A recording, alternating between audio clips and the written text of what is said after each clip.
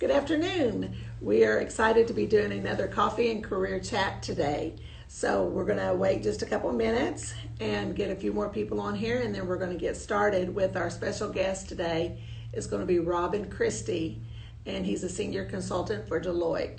So, okay, Robin, are you with me? Okay.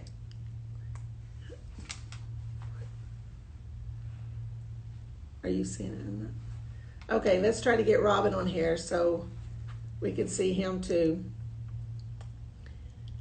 And if you have any questions during this time, please drop us a question on here or just comment, and we'll try to answer that before we go off. Hey, can you see me? Okay. So I think we've got Robin. All right, great. Thank you, Robin, for joining us today. And what we do here is we're going to be doing this session on LinkedIn, and then this will also be so you can review it a little bit later. But again, just reminder to those that are watching, if they want to drop a question in there, go ahead and do that, and we'll get to that. But first of all, let's start. I just mentioned that Robien Christie has been serving as a senior consultant for Deloitte. But Robin, tell us a little bit to begin with, just about your career since you left SAGU. You graduated in what year? I graduated in 2011, so almost 10 years. Oh my goodness, yes.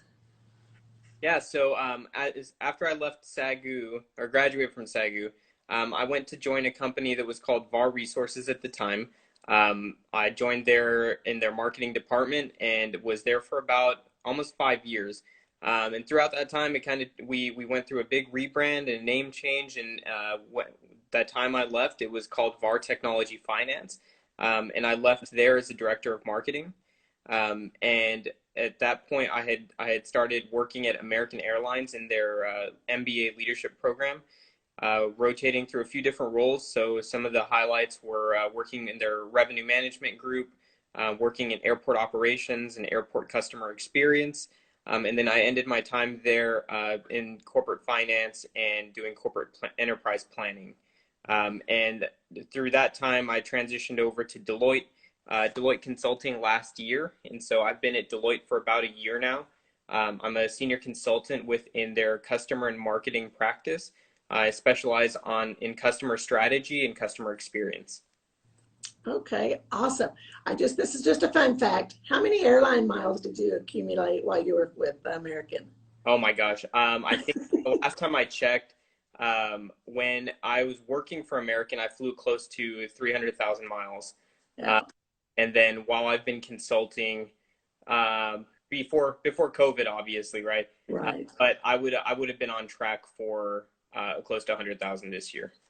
Oh my goodness. Okay. Well, I knew that you had traveled a lot, obviously. And then you did get your MBA from Southern Methodist University.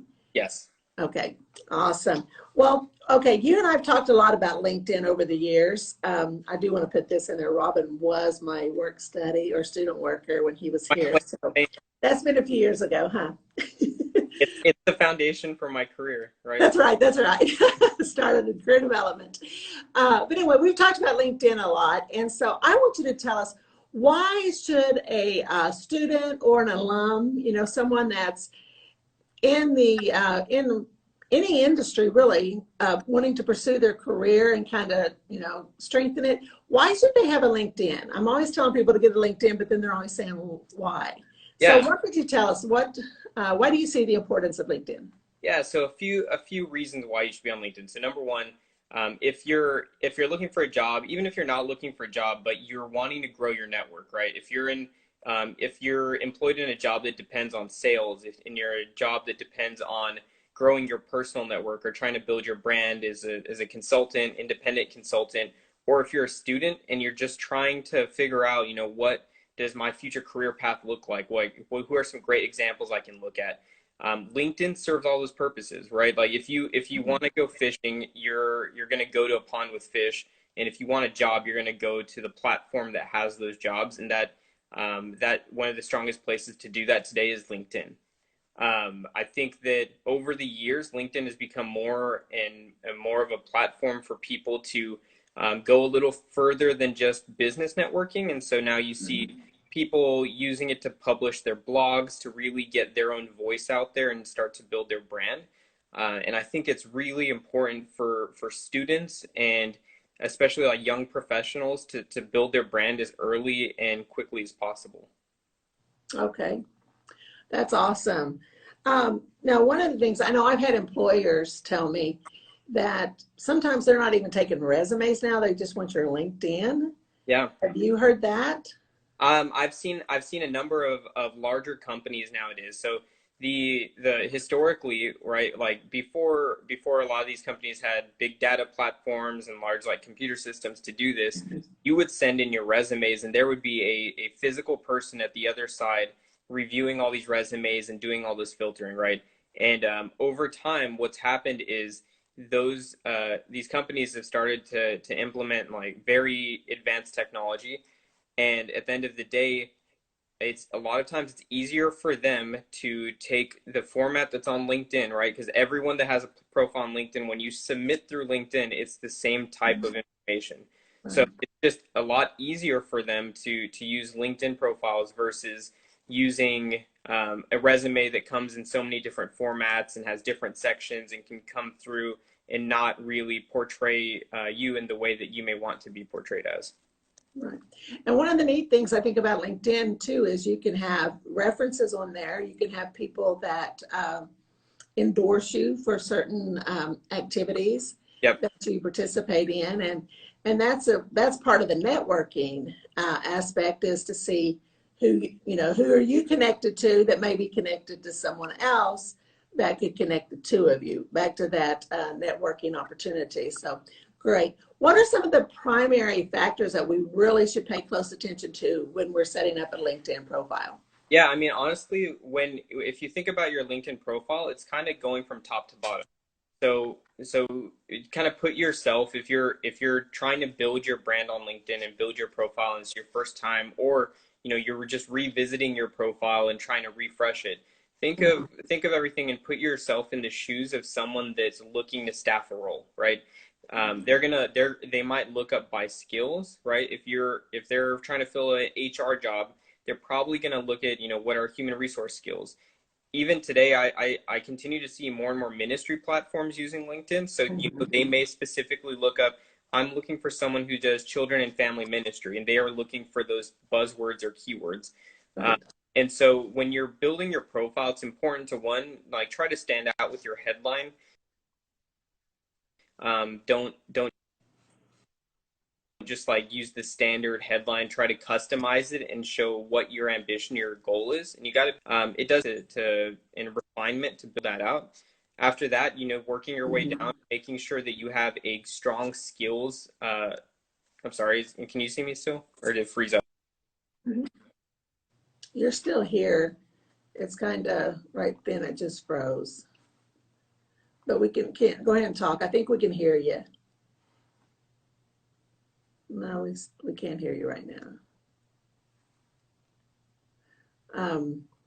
Okay, well, while he's talking about that, he's on the skills section and being able to identify your skills. And okay, there you are.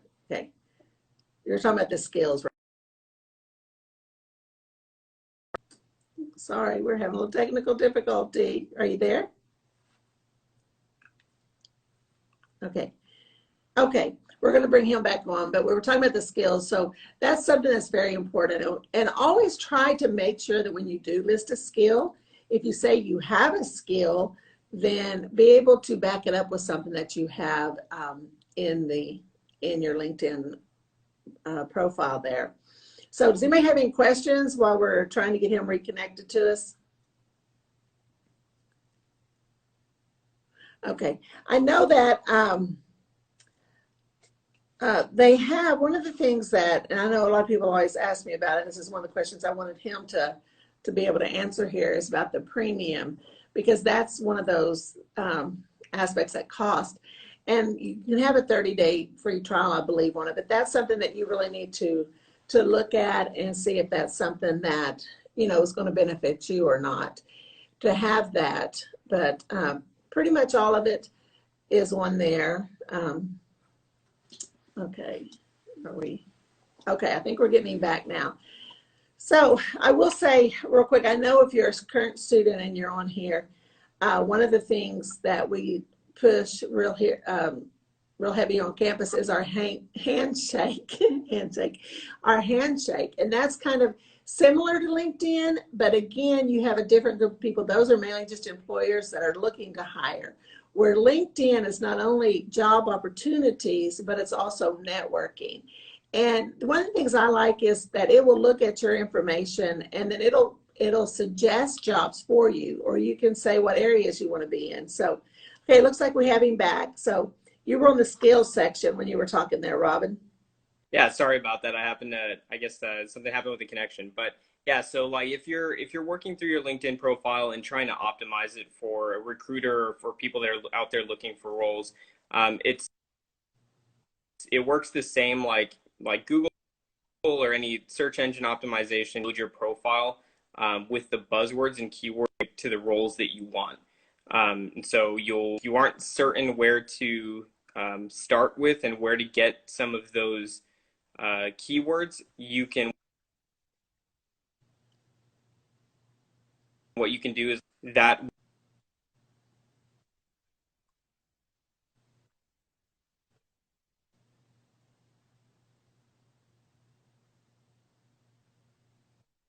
kind of what keywords you can choose.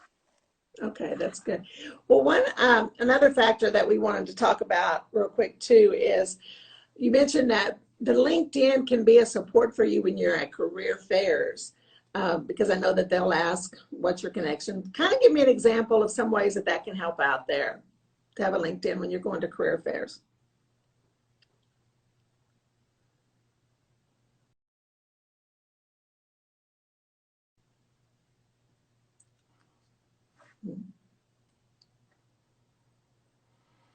Okay, did we lose connection? Lost connection again. Okay. Oh, goodness. What's that? Okay. Well, one of the things talking about, I'll just kind of touch base on this, but like talking about career fairs, having a LinkedIn, because when you're doing your resume, number one, too, you'll always list your LinkedIn site on that. I want to back up real quick and just say, make sure you have a professional photo out there too, because this is your professional social network. And so you want to make sure that it looks professional in all aspects. But when you're at a career fair, that's one of the ways that you can connect with people. You can have your LinkedIn to show them, or they may have their computer that they're pulling it up on. So that's always a good thing to do there as well. So, okay, I think we have him coming back. Okay. Okay, I switched rooms, so hopefully that fixes my connection problems. Okay, great. Okay, thank you. So we're talking about, and I shared a little bit of what the purpose of having the LinkedIn ready for the career fairs, but go ahead and tell us some of your experiences with needing that and how that's been beneficial. Yeah, absolutely. So I can tell you like direct experience working in a consulting firm. There's a number of times where I'm trying to get staffed on a project and the hiring manager, even internally, wants to know, hey, can you just send over your LinkedIn profile, or can you just send me the link to that? Because it's just something that's easily understood. I've been in previous roles where you'll see students' resumes come through for like new hire candidates or from campus hires, and I've been in the position where I'm gonna just go check out their. It has a lot more information than what's on your one-page resume. Right. Yeah, that's good. Okay. Okay. Well, now, how's this affected with COVID?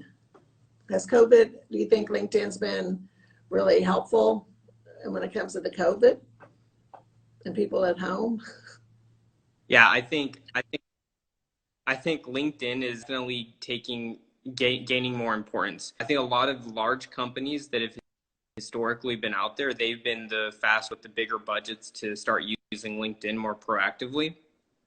But because so much of networking and so much of hiring is not able to be done in person right now, I think smaller size companies are having to start using LinkedIn more and more every day. And you can kind of see that through the number of users on there, the number of posts. You'll notice, at least I've noticed, and maybe it's because people are at home now, but there are just a lot more people posting and active on LinkedIn.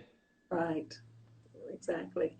And you can connect with so many people. And I just want to say, if I have any alumni watching, we have groups set up for our business students that have graduated, for the SAGU business alum. We have for education. We have for the behavioral sciences.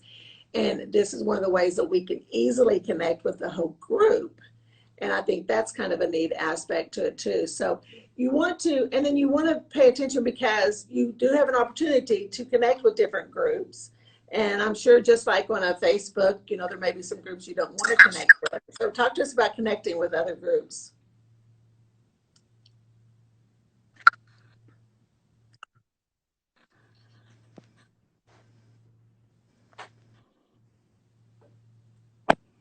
Other groups that you can connect to. See there? Okay. Okay, well, when we're talking about other groups, you want to look at, I know for ministers, for example, there's a Assemblies of God Ministers group from the national office. That's a good way that you can go on there a lot of times and find positions, and like literally all across the country. So there's so many different aspects to LinkedIn that once you get on it, you might feel overwhelmed at first. But let me just always remind you that the Career Development Office here on campus is available to help you with it. We want to see you have it, and we want to see it to be, professional. So, Robin, are you back with me? Yeah. If you're talking about like, okay.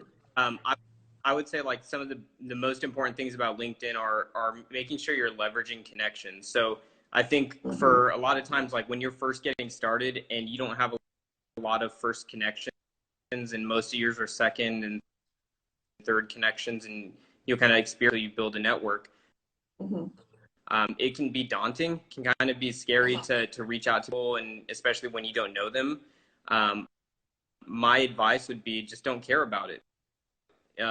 Like the day you're searching for a job, and if these people say no, I want to help connect you, I don't want to help you in some way, then you're not going backward any steps. You're still where you are, and you can still hold firm in where. You just gotta have to be persistent and be genuine and reach out to people. You just can't be scared of asking for help and saying, hey, I'm interested in this, I want to learn